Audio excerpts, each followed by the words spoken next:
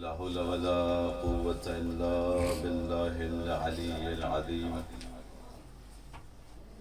أعوذ بالله من الشيطان الرجيم. بسم الله الرحمن الرحيم.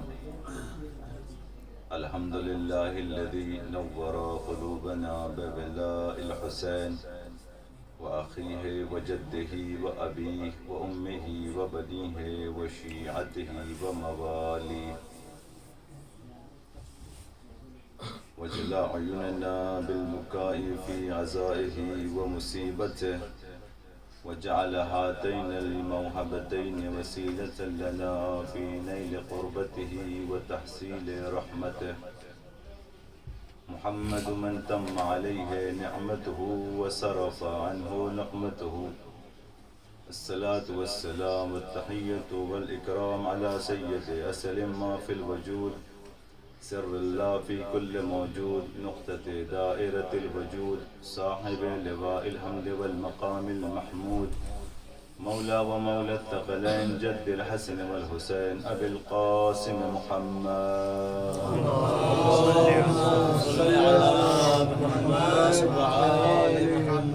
وعلى أهل بيته الطيبين الطاهرين المعصومين المنتجبين المنتخبين، ولعنة الله على أعدائهم أجمعين من يومنا هذا إلى قيام يوم الدين. أما بعد، فقد قالت فاطمة: أيها الناس اعلموا أني فاطمة. صلوات الله عليه.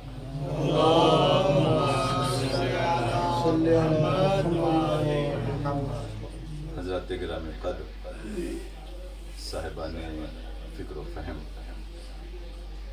محبان سید کونین، دوستداران مخدوم عالم، میں نے شہزادی کے خطبے کے ایک فکرے کو آپ کے سامنے تلاوت کرنے کا شرف حاصل کیا ہے۔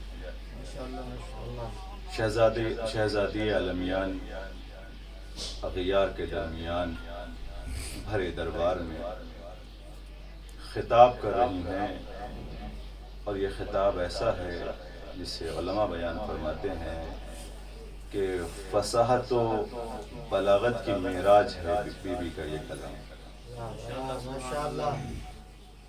یہ بیان وہ ہے شہزادی کا جس سے مسائل کے استنباط کیے گئے ہیں۔ جس خطبے میں، جس خطاب میں کہیں کوئی کجی، کہیں کوئی کمی کا گمان نہیں۔ شہزادی بھرے دربار میں خطاب کر رہی ہیں: ایھا الناس اعلموا انی فاطمہ، اے لوگوں پہچانو کہ میں فاطمہ ہوں۔ شہزادی کسی وسیلے کے ذریعے سے، کسی واسطے کے ذریعے سے اپنا تعارف نہیں کرا رہی ہیں، براہ راست فرما رہی ہیں کہ اے لوگوں پہچانو کہ میں فاطمہ۔ شہزادی چاہتی تو کہہ سکتی تھی کہ میں محمد مصطفیٰ کی بیٹی ہوں، چاہتی تو کہہ سکتی تھی میں علی مرتضیٰ کی زوجہ ہوں، چاہتی تو کہہ سکتی تھی کہ میں حسنین کریمین کی والدہ ہوں، لیکن شہزادی نے کسی کو واسطہ نہیں بنایا، کسی کو وسیلہ نہیں بنایا، کسی کو ذریعہ نہیں بنایا، بلکہ براہ راست کہا: ایھا الناس اعلموا انی فاطمہ، اے لوگوں پہچان لو کہ میں فاطمہ۔ کیوں؟ اس لیے کہ شہزادی کسی کے ذریعے سے تعارف کی محتاج نہیں ہے، بلکہ شہزادی تو اس کمال کی منزل پر ہے کہ جب خدا کو اپنے محبوبوں کا تعارف کرانا ہوتا ہے تو کہتا ہوئے نظر آتا ہے: ہم فاطمہ و ابوہا و بالھا و بنوہا۔ صلوات پر محمد و آل محمد۔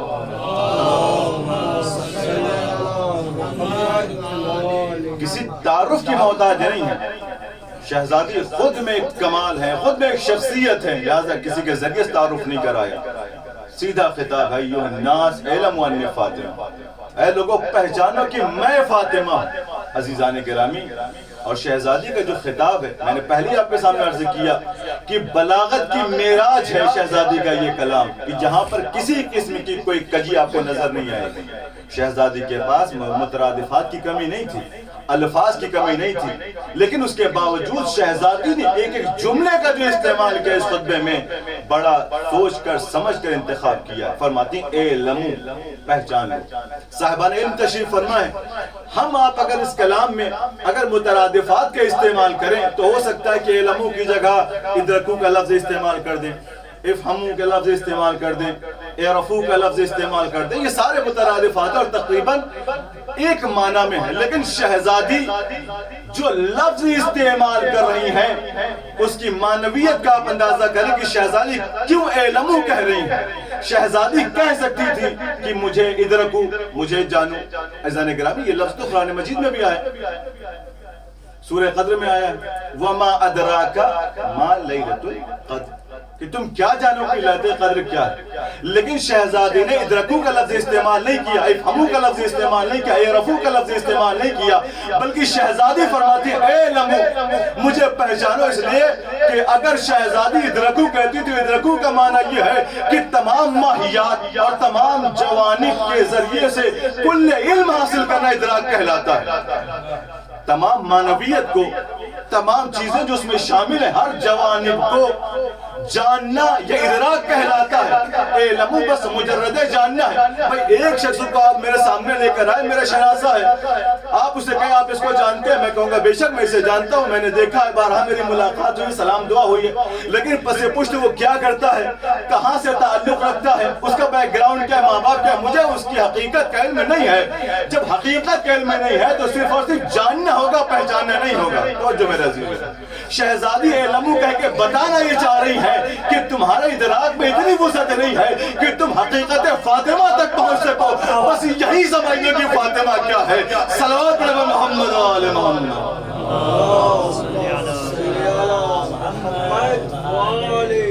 تمہارا دائرہ فکر اتنا بلند پرواز نہیں ہے کہ تم حقیقت فاطمہ تک پہنچ سکو, تم جان سکو کہ فاطمہ کیا ہے.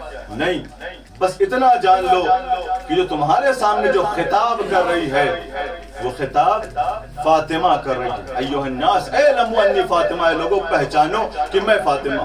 ایک مرحلہ کی جہاں پہ شہزادی اپنے تعارف کرا رہی ہے تو اس انداز سے کرا رہی ہے, اور خطاب بھی فقط دربار والوں سے نہیں ہے. توجہ میرے عزیز, خطاب فقط دربار والوں سے نہیں ہے. یہ نہیں کہا جا رہا ہے کہ جو لوگ یہاں پر بیٹھے ہوئے ہیں ان سے فاطمہ کا خطاب ہے کہ پہچانو کہ میں فاطمہ ہوں. نہیں, ایوہ الناس اعلموا انی فاطمہ, جہاں تک یہ انسانیت رواں دوا ہے وہ جان لے کہ فاطمہ کون ہے, میں فاطمہ.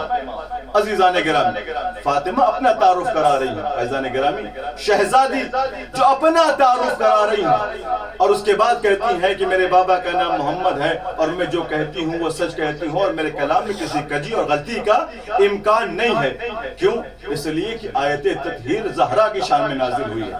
شہزادی کیوں پہنچی ہے وہاں پر؟ اپنا مدعا ثابت کرنے کے لیے کہ جو یہ کہا جا رہا ہے کہ نبی نہ کسی کا وارث بنتا ہے نہ کسی کو وارث بناتا ہے. شہزادی مطالبہ کرنے کا. عزیزان گرامی, اس خطرناک جملے کو اگر آپ نے محسوس کر لیا تو آپ سمجھیں کہ کتنی خطرناک سازش تھی کہ جس کو جناب زہرا سلام اللہ علیہا نے منہدم کر دیا.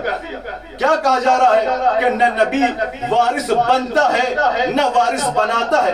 یہ فقط جناب زہرا کے زمانے تک کی بات نہیں ہے, بلکہ اس کلام کے ذریعے سے نبی نے جو غدیر میں کہا اسے بھی ختم کیا جا رہا ہے, نبی نے جو منبروں پر کہا اسے بھی ختم کیا جا رہا ہے, نبی نے جو محراب میں کہا اسے بھی ختم کیا جا رہا ہے. یعنی علی کی ذریت, فاطمہ کی نسل میں آنے والی جتنی بھی سیادت ہے سب کو ختم کیا جا رہا ہے. جب یہ کہہ دیا جائے گا کہ نہ نبی کسی کا وارث بنتا ہے نہ بناتا ہے, تو اس کا مطلب یہ کہ آنے والا جو بھی دعویٰ یہ کرے گا کہ میں وارث نبی ہوں, میں وارث محمد مصطفیٰ ہوں, سب کی وراثت ختم ہو جائے گی. جناب زہرا سلام اللہ علیہ اس خطرناک منصوبے کو ختم کرنے آئی ہیں. اور شہزادی نے جب جیسے یہ کہا گیا کہ نہ نبی وارث بنتا ہے نہ وارث بناتا ہے, عزیزان گرامی جیسے یہ جملہ صادر و شہزادی نے دلیل میں قرآن کی آیات پیش کی, وہ ورثہ سلیمان داؤد کی, سلیمان جو ہے داؤد کے وارث بنے. جیسے جیسے وہ یہ کہتا گیا کہ نہ نبی وارث بنتا ہے نہ بناتا ہے, شہزادی قرآن کے ذریعے سے اس کے منصوبوں کو پامال کر دی گئی اور بتا دی گئی کہ دیکھ نبی نبی وارث بھی بنتا ہے، وارث بناتا بھی ہے، نبی وارث بنتا بھی ہے، وارث بناتا بھی ہے۔ عزیزان گرامی، صرف شہزادی نے سلسلہ جاری نہیں رکھا بلکہ آنے والے تمام ائمہ نے سلسلہ برقرار رکھا، اپنی وراثت کو جاری رکھا، دنیا والوں کو یہ بتائے کہ دیکھو نبی وارث بنتا بھی ہے، وارث بناتا بھی ہے۔ شاید یہی وجہ ہے کہ چھٹے امام نے جب کربلا میں امام حسین علیہ السلام کی زیارت ارشاد فرمائی تو یہی فرمایا، السلام علیکہ یا وارث آدم صفوت اللہ، السلام علیکہ یا وارث نوح نبی اللہ، السلام علیکہ یا وارث موسیٰ کلیم اللہ۔ بتانا یہ چاہ رہا ہے کہ شہزادی جو کہہ رہی تھی وہ سچ کہہ رہی تھی، مقابل جو کہہ رہا تھا جھوٹ کہہ رہا تھا۔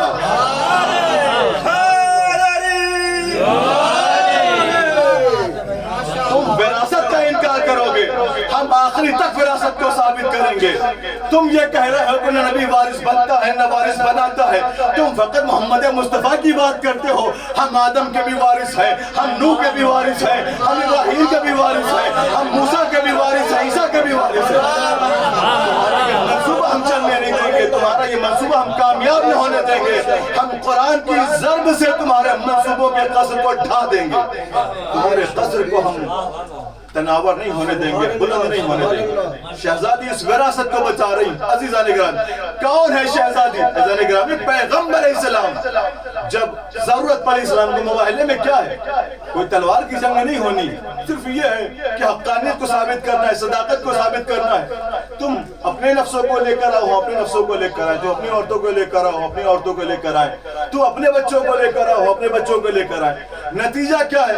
لعنت کریں گے جھوٹوں پر، جو جھوٹا ہوگا اس پر لعنت کی جائے گی۔ عزیزان گرامی، جب یہ آیت نازل ہوئی اور یہ مطالبہ ہوا کہ بھائی ٹھیک ہے جنگ کا فیصلہ کرنا ہے تو ایسے کر لو کہ تو اپنے نفسوں کو لے کر آؤ، ہم اپنے نفسوں کو لے کر آئے، تو اپنے بچوں کو لے کر آؤ، ہم اپنے بچوں کو لے کر آئے، تو اپنی عورتوں کو لے کر آؤ، ہم اپنی عورتوں کو لے کر آئے۔ عزیزان گرامی، کیا پیغمبر کی زوجات نہیں تھی؟ اگر آپ دیکھیں تو 10-11 زوجہ پیغمبر علیہ السلام کی موجود ہیں، اور اس کے بعد کیا بچے نہیں تھے؟ آپ جا کے تاریخ دیکھیے کہ نبی کے فرزند جناب ابراہیم جو جناب ماریہ قبطیہ کے شکم سے ہیں، زندہ ہے، باحیات۔ خطاب کیا ہوا؟ تو اپنے بچوں کو لے کر آؤ، لیکن پیغمبر اپنے سگے بیٹے کو لے کر نہیں جا رہے ہیں۔ خطاب کیا ہوا کہ تو اپنی عورتوں کو لے کر آؤ، پیغمبر اپنی بیویوں کو لے کر نہیں جا رہے ہیں۔ کیوں؟ اس لیے کہ یہ میدان کوئی عام میدان نہیں ہے، بلکہ یہ میدان قیامت تک باقی رہنے والا میدان ہے۔ یہ میدان قیامت تک باقی رہنے والا میدان، لہذا انتخاب پیغمبر کہ مولا کائنات کو لیا، شہزادی کونین کو لیا، حسنین کریمین کو لیا، میدان میں پہنچے۔ اب یقین سے بتائیے، ایک سوال ہے میرے باشعور مجمع سے کہ اگر پیغمبر علیہ السلام میدان مباہلہ میں تنہا چلے جاتے تو کیا جھوٹے قرار دے دیے جاتے؟ بھائی پیغمبر کی صداقت تو وہ صداقت ہے کہ جب اعلان رسالت نہیں کیا تھا اس وقت بھی کفار یہ کہہ رہے تھے کہ اگر جب پیغمبر نے کہا کوہ ابو قبیس پر کہ اگر میں تم سے یہ کہوں کہ ایک لشکر تم پر حملہ آور ہونے کے لیے آ رہا ہے اور تم جاؤ اور تمہیں لشکر نظر نہ آئے تو تم میرے متعلق کیا رائے قائم کرو گے؟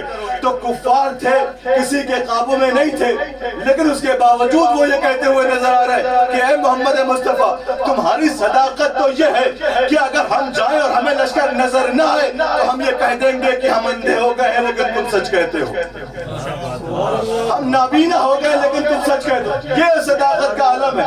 تو کیا پیغمبر علیہ السلام اگر میدان مباہلہ میں تنہا چلے جاتے تو کیا جھوٹے قرار دے دیے جاتے؟ نہیں، پیغمبر اگر تنہا بھی جاتے تو میدان سر کر کے آتے، لیکن پیغمبر نے آواز دی کہ دیکھو اگر آج میں میدان مباہلہ میں تنہا چلا جاتا تو قیامت تک کے لیے صداقت کا معیار ذات رسول خدا ہو جاتی، دوسری ذات نہ ہوتی۔ توجہ میرے عزیزو، قیامت تک کے لیے صداقت کا معیار ذات رسول خدا ہوتی، دوسری ذات نہ ہوتی۔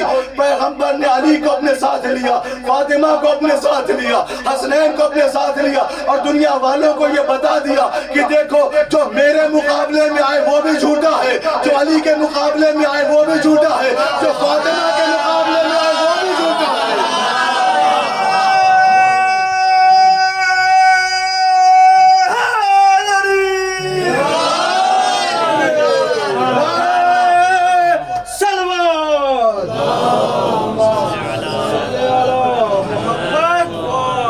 فاطمہ کے مقابلے میں آئے وہ بھی جھوٹا ہے۔ شہزادی اپنی صداقت کا اعتراف کروانے کروانے گئی تھی، اس وراثت کو بچانے گئی تھی جس وراثت کا انکار کیا جا رہا تھا۔ عزیزان گرامی، اور شرف کا اعلان شہزادی کی خود پیغمبر اسلام نے اپنی زبانی کیا۔ عزیزان گرامی، شہزادی کے اگر شرف کو دیکھیں، توجہ میرے عزیزوں، مولا کائنات کا شرف کا پیغمبر اسلام نے فرمایا کہ دیکھو اگر علی نہ ہوتے تو فاطمہ کا کوئی کفو نہیں ہوتا، یعنی اگر فاطمہ کا کوئی کفو اس زمانے میں ہے، ہم پلہ ہے، ہم شرف ہے، ہم فضیلت ہے، تو صرف اور صرف علی کی ذات۔ اب علی کی شرف اور فضیلت کو دیکھ لیجئے، فاطمہ کی شرف اور فضیلت کا ادراک ہو جائے گا، علم ہو جائے گا۔ عزیزان گرامی، علی کے شرف میں جب پیغمبر اسلام گویا ہوئے تو فرماتے ہیں کہ من اراد ان ينظر الى آدم فی علمہ والى نوح فی تقوائہ والى ابراہیم فی غلتہ والى موسیٰ فی زہدہ حیبتہ والى عیسیٰ فی زہدہ فلینظر الى وجہ علی ابن ابی طالب، جسے آدم کا علم، نوح کا تقوی، ابراہیم کی غلت، موسیٰ کی حیبت، عیسیٰ کا زہد اگر دیکھنا ہو تو علی کو دیکھ لے، اس میں آدم کا علم مل جائے گا، نوح کا تقوی بھی مل جائے گا، ابراہیم کی غلط بھی مل جائے گی، موسیٰ کی حیبت بھی مل جائے گی، عیسیٰ کا زہد بھی مل جائے گا۔ فاطمہ کیا ہے؟ فاطمہ کفو ہے، فاطمہ کفو ہے کس کی؟ علی کی۔ اگر علی میں تمام انبیاء کے فضائل و کمالات نظر آ رہے ہیں تو فاطمہ بھی کیسی ہونی چاہیے؟ اگر حوا کا حسن دیکھنا ہو تو فاطمہ کو دیکھ لو،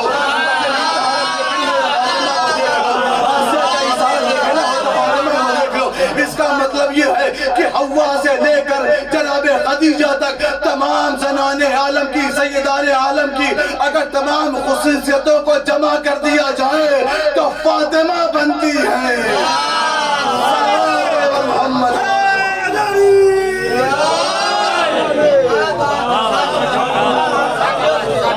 تمام زنان عالم کی تمام فضیلتوں کو جمع کر لیا جائے تو فاطمہ بنتی ہیں۔ عزیزان گرامی، یہ ہے سیدہ کونین کو جتنی فضیلتیں خداوند عالم نے مولا کائنات کو عطا کی، شہزادی کو بھی کفو بنایا ہے۔ اگر علی مردہ زندہ کر سکتے ہیں تو فاطمہ بھی مردہ زندہ کر سکتے ہیں۔ اگر علی جنت سے کھانا منگا سکتے ہیں تو فاطمہ بھی کھانا منگا سکتے ہیں۔ اگر علی کے در کے گداگر جبریل و میکائیل ہے تو فاطمہ کے بچوں کے جھولے بھی جھلاتے ہیں جبریل و میکائیل۔ ہر جہد سے پیغمبر اسلام فرماتے ہیں کہ خداوند عالم نے 4 عورتوں کو منتخب کیا ہے، مصطفیٰ کیا ہے۔ کون؟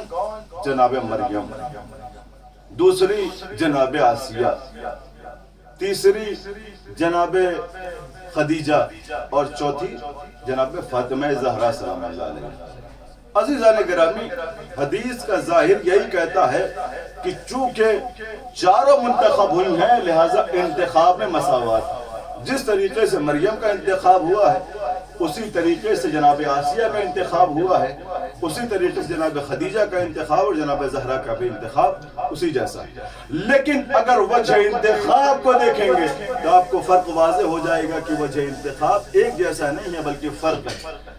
جناب آسیہ کو منتخب کیا گیا، نہ جناب آسیہ معصومہ ہیں نہ والد معصوم ہیں، اس لیے منتخب کیا گیا کہ ایک معصوم کی پرورش کی، لہذا معصوم کی پرورش کی تو اللہ نے انہیں منتخب کر لیا، چن لیا۔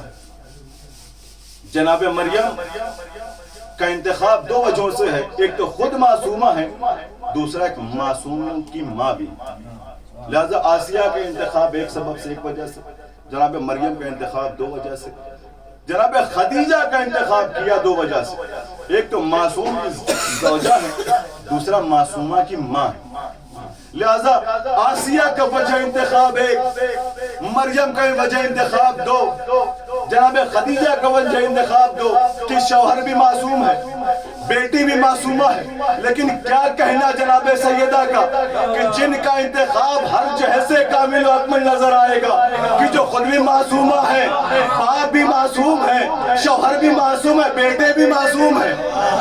عزیزان گرامی، جناب حوا کو بھی منتخب کر سکتا تھا، لیکن خداوند عالم نے جو انتخاب میں راز رکھا ہے وہ راز یہ رکھا ہے کہ تمام زنان عالم کی جو ہمہ جہد سے سرداری کرے اس کا انتخاب ہوگا، تمام عورتوں کو جو سرداری کر سکے اس کا انتخاب ہوگا، اس کا چنا جائے گا۔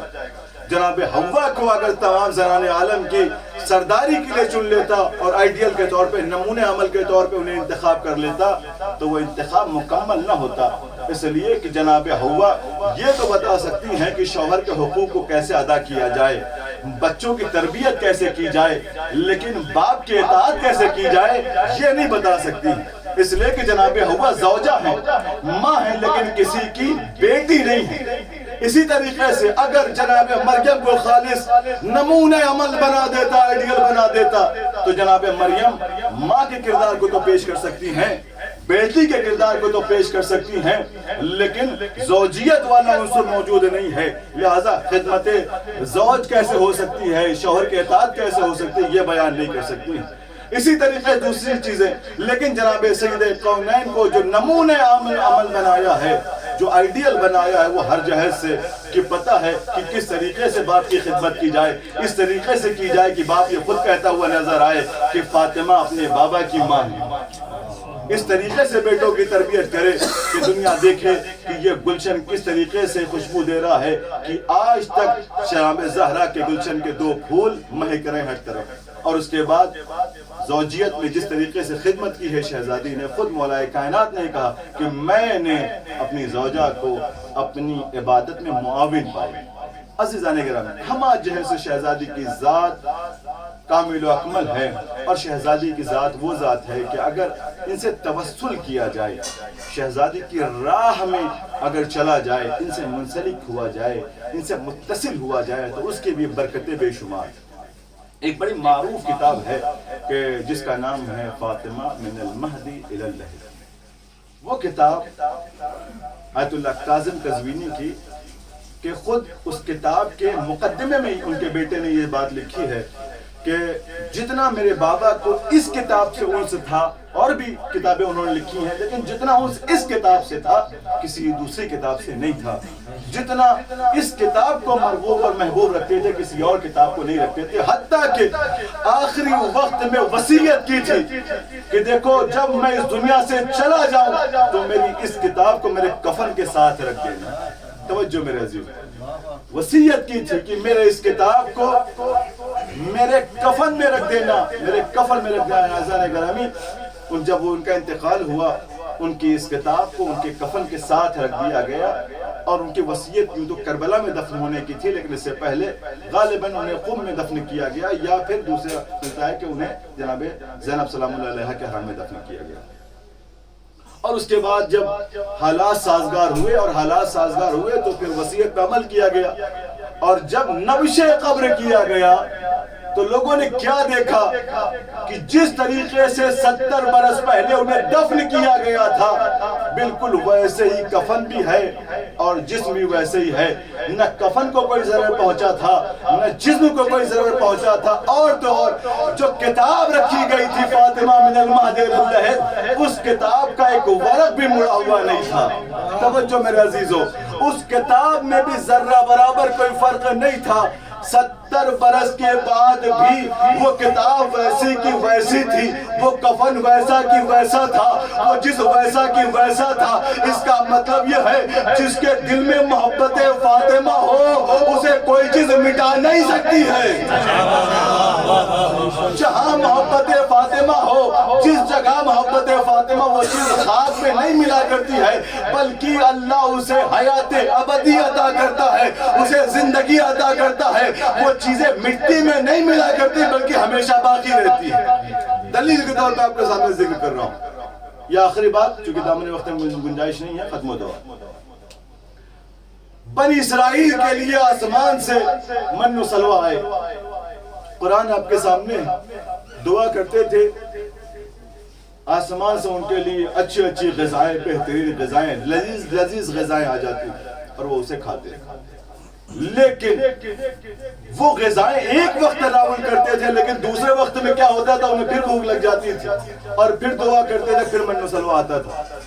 جب انہیں بھوک لگی تب انہوں نے دعا کی، اور پھر وہاں سے طعام آیا، من و سلوہ آیا، کھانا آیا اور انہوں نے تناول کیا۔ ہر بار دعا کرنے کی ضرورت تھی. کھانا جنت سے ہی آتا تھا, آسمان سے آتا تھا, لیکن اس کے باوجود بھی ہر وقت کے کھانے کے لیے انہیں دعا کرنی پڑتی تھی. توجہ میرے عزیزو, ہر کھانے کے لیے انہیں دعا کرنی پڑتی تھی.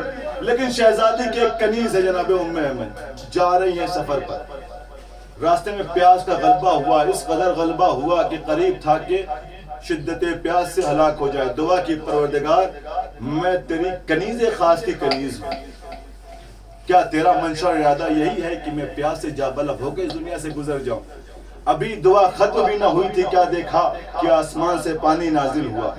اب بیان فرماتے کہ جب وہ پانی آیا اور میں نے پیا تو اس کی خنکی اور اس کی شیرینی میرے دل تک اتر گئی. اور اس کے بعد خود علماء بیان فرماتے کہ جب تک جناب ام ایمن زندہ رہی, کبھی انہیں پیاس نہیں لگی, کبھی انہیں پانی کی ضرورت نہیں ہوئی, کبھی انہیں تشنگی کا احساس نہیں ہوا. توجہ میرے عزیزو سمجھیں کہ وہاں پہ بھی جنت سے جناب بنی اسرائیل کے لیے بھی جنت سے غذا آتی تھی, لیکن دوسرے وقت بھوک لگ جاتی تھی. کیوں؟ اس لیے کہ وسیلہ اتنا قوی نہیں تھا. لیکن یہاں پر جناب ام ایمن جو دعا کر رہی ہے وہ جناب زہرا کے ذریعے سے دعا کر رہی ہے. پانی آیا, اس کے بعد کبھی تشنگی کا احساس نہیں ہوا, کبھی پانی پینے کی ضرورت محسوس نہ ہوئی. اس کا مطلب یہ ہے کہ اگر موسیٰ کے ذریعے سے دعا کی جائے تو اس کا اثر جلد از جلد ختم ہو جاتا ہے, لیکن اگر فاطمہ کے ذریعے سے دعا کی جائے تو اثر کبھی منتقل نہیں ہوتا ہے. صلوات علی محمد و آل محمد.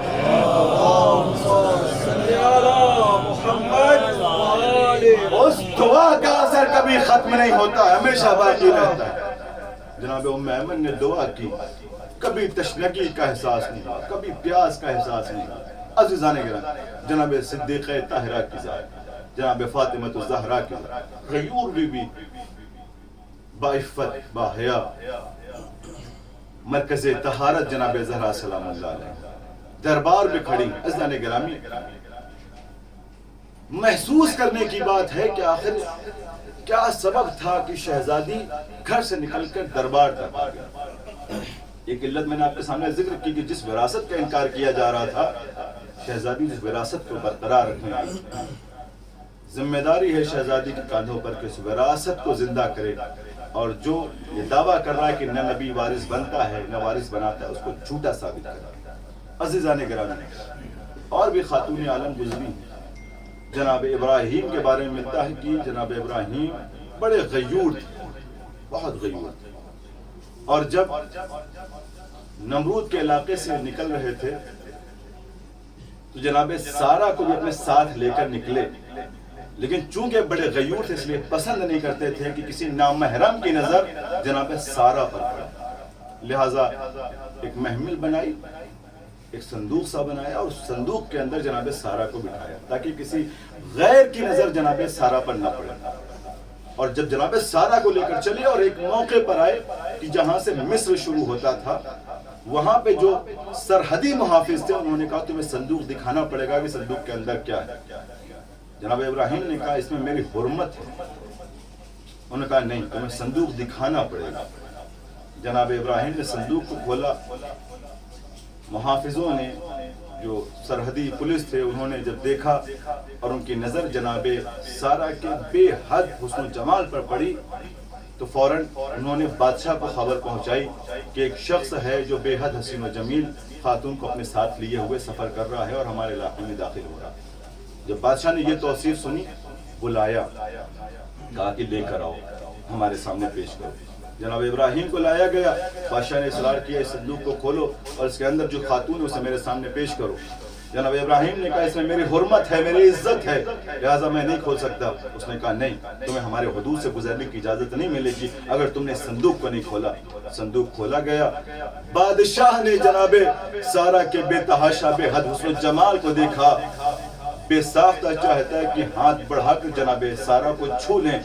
فوراً جناب ابراہیم نے دست دعا کو بلند کر دیا, اے میرے پروردگار, یہ میری حرمت کی طرف ہاتھ بڑھا رہا ہے, یہ میری عزت کی طرف ہاتھ بڑھا رہا ہے, یہ میری زوجہ کی طرف ہاتھ بڑھا رہا ہے. دعا کرنا تھا, فوراً دعا باب اجابت سے ٹکرائی اور فوراً اس کا ہاتھ شل ہو گیا, اس کا ہاتھ دوبارہ نہ اٹھ سکا. دوسرا ہاتھ بڑھایا, وہی حال ہوا, اور اس کے بعد التجا کرنے لگا, ابراہیم میری خطاؤں کو درگزر کر دے، مجھے معاف کر دیں، دعا کرے میرا ہاتھ دوبارہ صحیح ہو جائے۔ جناب ابراہیم نے دوبارہ دعا کی اور پھر اس کا ہاتھ صحیح ہو گیا، لیکن صحیح ہونے کے بعد دوبارہ پھر اپنے ہاتھ کو جناب سارہ کی طرف بڑھایا، اور جب بڑھایا تو جناب ابراہیم نے پھر بد دعا کی اور اس کا ہاتھ دوبارہ شل ہو گیا۔ میں کہوں گا ابراہیم بڑے غیور نبی ہو، اے ابراہیم تمہاری غیرت پہ میں قربان، اے ابراہیم تمہاری غیرت پہ میرا سلام، تمہاری حرمت کی طرف ایک بادشاہ نے ہاتھ بڑھایا، تم نے بد دعا کر دی، ہاتھ شل ہو گیا، لیکن ہائے علی کی غیرت کو سلام، کیا موقع تھا کہ علی کے سامنے علی کی زوجہ کو تماچے مارے گئے، علی نے کس طریقے سے صبر کیا۔ عزادارو کسی نے میرے مولا سے سوال کیا، اے علی یہ بتائیے آپ کے لیے سخت ترین دن کون تھا؟ تو مولا خاموش ہو گئے۔ سامنے والے نے کہا کہ کیا جب جنگ احد میں آپ کو زخم پر زخم لگے وہ آپ کے لیے سب سے سخت دن تھا؟ علی نے کہا نہیں، وہ میرے لیے سخت دن نہیں تھا۔ سامنے والے نے کہا کہ یا علی کیا پھر جب آپ کا حق غصب کیا گیا وہ آپ کے لیے سب سے دشوار دن تھا؟ علی نے کہا نہیں، میرے لیے وہ دشوار دن نہیں تھا۔ ایک مرتبہ آگے پوچھنے والے نے پھر کہا کہ مولا کیا جب آپ کے گھر پر لوگ آئے اور آپ کے دروازے کو آگ لگایا وہ مرحلہ آپ کے لیے سخت مرحلہ تھا؟ علی نے کہا نہیں، وہ میرے لیے سخت مرحلہ نہیں تھا۔ ایک مرتبہ وہ سائل کہتا ہے کہ مولا پھر سب سے دشوار وقت کون تھا؟ وہ دشوار گھڑی کون سی تھی؟ علی رو کر فرماتے ہیں علی کے لیے قیامت کا دن وہ دن تھا کہ جب علی کے سامنے فاطمہ کو تماچے مارے گئے اور علی فاطمہ کی حفاظت نہ کر سکا۔ اللہ اکبر، جزاکم ربکم خیر الجزا۔ آپ کی آنکھیں آمادہ ہو گئی شہزادی پر گریہ کرنے کے لیے، علی کے سامنے شہزادی کو تماچے مارے گئے۔ اللہ اکبر، شہزادی کی مصیبت کیسی مصیبت ہے، شہزادی کے گھر میں آگ لگا دی گئی۔ عزادارو شہزادی کونین دروازے کے پیچھے سے آواز دے رہی ہے، ارے تم کس گھر میں آگ لگا رہے ہو؟ جو جس دروازے پر رسول آتے تھے تو سلام کرتے ہوئے آتے تھے۔ عزادارو جناب زہرا واسطے پہ واسطہ دے رہی ہیں، لیکن دشمنان زہرا کو کسی چیز کی پرواہ نہیں ہے۔ در میں آگ لگا دی گئی اور صرف آگ نہیں لگائی بلکہ جلتا ہوا دروازہ شہزادی کے پہلو پر گرایا گیا۔ عزادارو شہزادی کی چیخ نکلی، آواز بلند ہوئی، یا فضا الیکے، اے فضا میری مدد دعا۔ اب جناب فضا فرماتی ہے جیسے ہی شہزادی کی آواز نکلی میں نصرت فاطمہ کے لیے دوڑی، لیکن جب دروازے کے قریب آئی تو کیا دیکھا؟ اور دروازے سے آگ کی لبیں نکل رہی ہے اور دو چھوٹے چھوٹے شہزادے، ایک عمر 7 سال ہے ایک عمر 6 سال ہے۔ ارے 7 سال کا شہزادہ حسن، 6 سال کا شہزادہ حسین ماں کے قریب موجود ہے۔ 7 سال کا حسن چلتے ہوئے دروازے کو اٹھا رہا تھا، 6 سال کا حسین ماں کے بازو پکڑ کر دروازے کے نیچے سے کھینچ رہا تھا۔ فضا کہتی ہے ارے مظلوم دل سیدہ کو دیکھ کر مجھ سے ضبط نہ ہوا۔ عزادار شہزادی کے قریب آئی، شہزادی پر غشتاری ہے۔ عزادارو ہوش میں لانے کی تدبیریں کی گئی۔ جیسے ہی شہزادی ہوش میں آئی پہلا سوال کیا ابو الحسن کہاں ہے؟ ایک مرتبہ جناب فضا نے صحن کی طرف اشارہ کیا۔ عزادارو شہزادی فوراً صحن کی طرف آئی، کیا دیکھا؟ 40 تلواروں کے حصار پہ علی ہے۔ شہزادی آگے بڑھی، دونوں ہاتھوں کو پھیلایا، خبردار زہرا کی زندگی میں اگر کسی نے علی کو ہاتھ لگایا، عزادارو ہاتھ کا بلند ہونا تھا، ایک تازیانہ ہوا میں لہرایا، اے زہرا کے بازوؤں پر لگا۔ عزادارو زہرا کے رخسار پر ارے کسی نے تماچا مارا۔ تماچے کی شدت یہ تھی کہ جناب زہرا کے کانوں میں جو گوشوارے تھے ٹوٹ کر زمین پر گر گئے۔ زہرا نے بابا کی قبر کا رخ کیا، اے میرے پیارے بابا، صبت علیہ مصائب اللہ والنہا، صبت علیہ میں سرن وفات کے بعد وہ مظالم ڈھائے گئے کہ اگر دن پر پڑھتے تو سیارات میں تبدیل ہو جاتے. عزادارو، زہرا اس دنیا سے گزر گئیں. میں نے اپنی تقریر کو مختصر کیا. عزادارو، وصیت کے مطابق مولائے کائنات نے غسل دیا، کفن دیا، جنازہ تیار ہوا. آواز دیے میرے بچوں آؤ ماں کا آخری دیدار کر لو. بچوں نے آخری دیدار کر لیا. عزادارو، مخدوم عالم کا جنازہ اٹھ رہا ہے لیکن جنازے میں بس چند افراد ہے. کیا یہی حق زہرا تھا کہ جنازے میں اتنے مختصر سے لوگ ہو لیکن رات کی تاریکی میں جناب زہرا کا جنازہ اٹھا. عزادارو، بقیع کی طرف چلا. ابھی کچھ ہی دور چلا تھا. روایت کہتی ہے پیچھے سے ایک ننھی سی بچی کے رونے کی آواز آئی. علی نے پلٹ کر دیکھا تو کیا دیکھا؟ 5 برس کی زینب ہے. آواز دیتی چلی آ رہی ہے، اے اماں مجھے کس کے سہارے چھوڑ کر جا رہی ہے؟ اے اماں مجھے کس کے حوالے کیے جا رہی ہے؟ عزادارو، جناب زینب کو علی نے پیچھے آتا ہوا دیکھا. دیکھا ننھی سی بچی ہے. ابا کا دامن زمین پہ خط دیتا ہوا جاتا ہے. ٹھہر گئے. زینب کے قریب آئے، کلیجے سے لگایا. اے میری لاڈلی سید زادی عاشق کی تاریکی میں گھر سے باہر نہیں نکلتی. عزادارو، علی نے زینب کو کہہ کے دلاسا دیا. میں کہوں گا یا علی، شب کا سناٹا ہے. ارے زینب کی کمزنی ہے، کوئی دیکھنے والا نہیں ہے. یا علی، اس وقت کیا ہوگا؟ ارے جب بلوے عام ہوگا، کوفے کا بازار منادی کے ندا ہوگی، ہذہی سبایا من بنات رسول اللہ. جزاکم ربکم خیر الجزا. عزادارو، جناب زہرا کو قبر میں اتارا گیا، دفن کیا گیا. تمام لوگ اپنے گھروں کو واپس چلے گئے. علی کافی دیر تک زہرا کی قبر پر بیٹھے رہے. کبھی کہتے تھے اے زہرا، علی کا غمگسار چلا گیا. کبھی کہتے تھے اے زہرا، علی کا مشکل کشا چلا گیا. عزادار کافی دیر تک بیٹھ کر علی روتے رہے. اور اس کے بعد جب علی اٹھے تو مرتبہ علی نے آواز سنی، یا علی دنیا نے تو زہرا کو چھوڑ دیا، کیا اب تم بھی مجھے چھوڑ کر جا رہے ہو؟ عزادار علی بیٹھ گئے. کافی دیر تک گریہ کرتے رہے. ارے جب دل پر آیا دوڑتے ہوئے قبر رسول پر آئے. یا رسول اللہ، علی اپنی فریاد لے کر آ رہا ہے. اب کوئی ایسا باقی نہیں ہے جس سے علی اپنی تنہائی ذکر کر سکے، جس سے علی اپنے وسائل. اللہ رحمت اللہ علی قوم التابعین.